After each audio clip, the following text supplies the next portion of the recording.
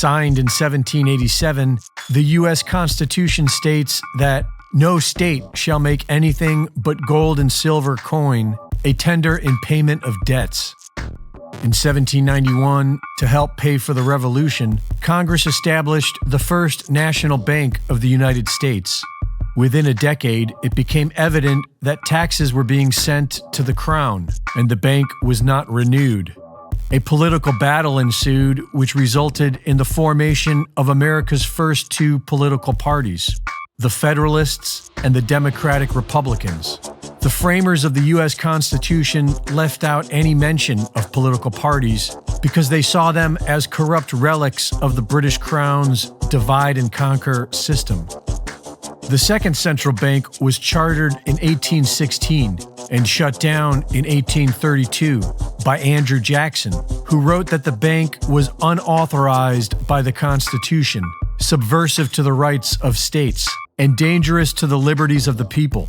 For nearly a century, America thrived without a central bank, until 1914, when the privately owned Federal Reserve banking system was quietly given power over America's wealth.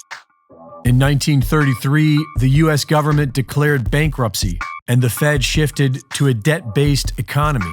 And after the U.S. dollar was made the world reserve currency, the entire world became dependent upon debt.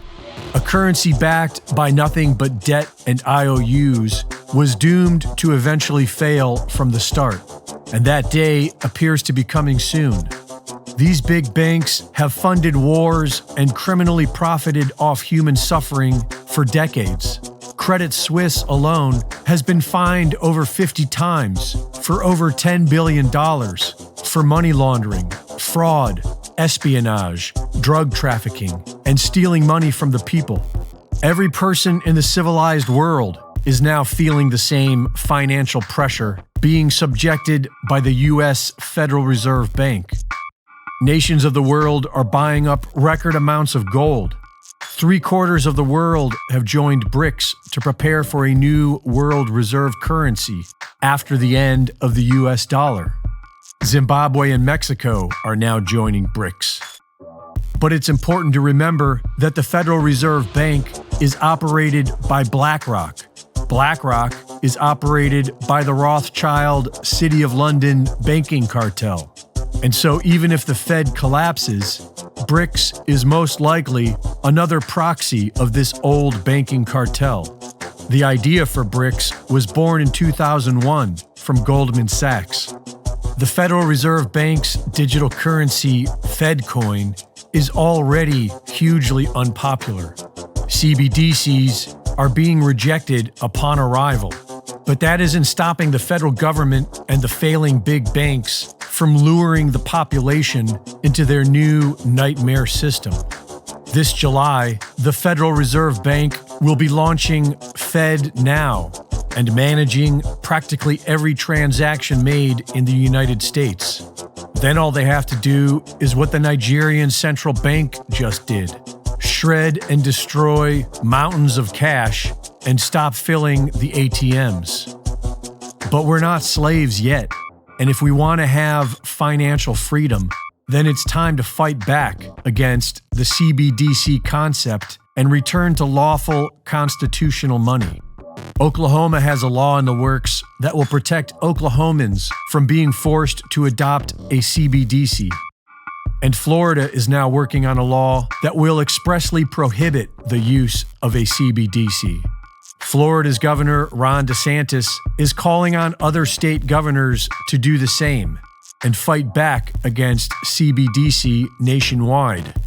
At least a dozen states have passed laws to begin accepting gold and silver as cash, on the path to returning to a lawful constitutional money system. Several states have begun printing their own gold backs, a currency shaped like notes made of thin layers of pure gold with a polymer coating, making it easy to spend $1's worth of gold. And the free market has been busy figuring out blockchain banking since the Bitcoin white paper. We don't need a central bank or a government to manage our money, but we have to act now and prepare. Reporting for InfoWars, this is Greg Reese.